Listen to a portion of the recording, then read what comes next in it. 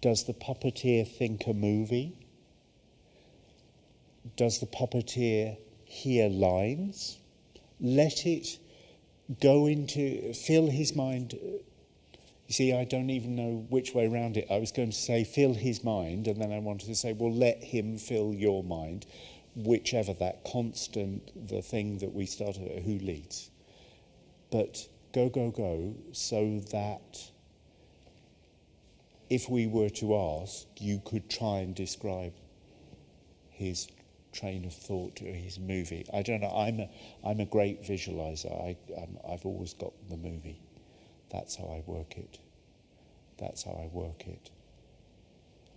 The text is his eyes on the door. That's the text of the scene. Yes. So let him be thinking, there's the door. It's all fine. Just get through the door. It'll all be fine. Just get through the door. It'll all be fine. That should be enough of the thought. You think so? I wonder what it. Let's use the thought of what if I don't get there? Okay. He's fine. And a bad thought starts to tap on his shoulder. What if, I'll say it, what if I go first? What we're heading towards is 3 people working, him, 3 people voicing the story, third person story. He's thinking, he's walking towards the door, and then he starts to think, what if? And then the moment for the changeover needs to be, but then he got himself together and carried on towards the door. And he walks. Keeps on walking. He walks towards the door. He walks towards the door. He just keeps walking. He just walks. He's walking. His eyes are on the door. And he walked. And he kept walking. And he keeps walking.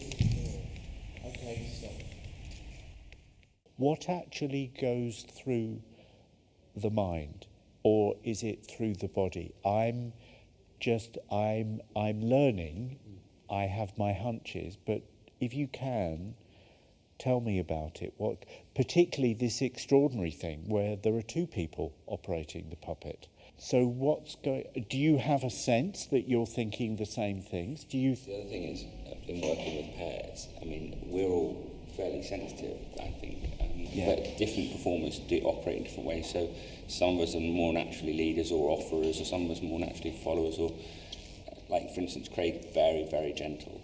So you barely feel that he's there, but it's all of those qualities are really exciting. When someone makes a proposal, you might not understand it immediately, but then you instantly start having a sort of bloom of possibilities of what that proposal might mean, and then you'll probably offer something back, or preferably be led by the proposal, and so then you have a sort of... When you're the secondary manipulator, you can't propose too much, because then, it's like, so all of that's going on. You're dying to, but you can't. When you spend a long time working in like a unit of 3, like we've done with the horses, but also like we've all done with human being puppets before, that becomes less true, doesn't it? Because the secondary octave stops feeling like the secondary octave. You start feeling like the feet have a... You don't have a huge weight, and you can still participate in the picture. Yeah. And you realise that the feet start to offer just as many thoughts as the hands. It's funny that you're going really fast in those times on different levels. But at the beginning, like knowing the world and knowing the visceral qualities of the world is really... If I'd say at any point, just in a very literal way, what's he thinking right now? Would you have been able to answer? I think in most moments, yes. Yeah. None of us have said that we do think thoughts, so we should say that. You think? You do think the thoughts. You do think, I hate you. I mean, you do, as well as watching him and going, he hates him. You think I hate you. You think I as well as he. Yeah, definitely. Yeah, at the same time. I mean, he the puppet. you puppeteer, and he puppet kind of They both You exist are at the same thinking time. the You are character. thinking, You thinking in the you're first thinking person. through, yeah. Yeah. And, So and you this is bring in all something your we- history and your stuff. I mean, it's where Yeah. else can you get it from besides the experience? There's a sense in which the three people working together kind of mirror a real human being better than an ordinary actor on stage, in that we always have several trains of thought working together in our heads. Some that are about our immediate physical environments, others, we are so complex really in our minds that we are able to have several Bodies at once. yeah, and the fact that also our body is sort of thinking in a way. We've got an arm that's thinking and feet that are thinking. It's kind of a little bit more like a real human being than a real human being. Or certainly it highlights certain aspects of that multiplicity that is that is us, the corporeal nature of thought and all of that. So it's what are you thinking is a huge question for a group of three puppeteers, because there is an amazing congruence of thought and separation of thought. It's sort of So we have to get to the point where it's coming from inside. It's coming from inside to outside. He was trying to find the memory. I'm trying to find. And so he was deep in his head,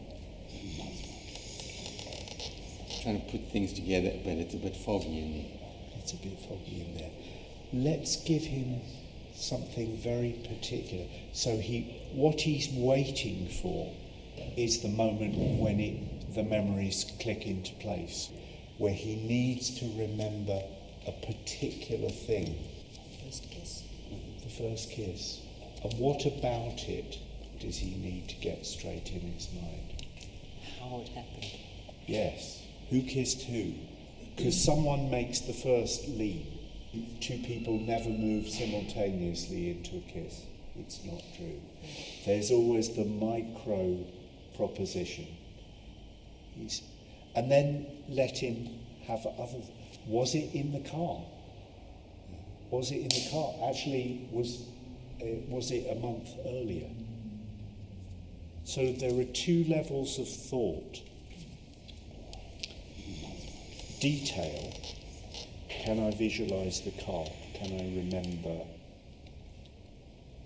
But then there's a deeper level of thought of going, maybe this isn't it. Two different places almost. It's almost head and heart, or head and stomach. And waiting for something to become clear, that can get very frustrating.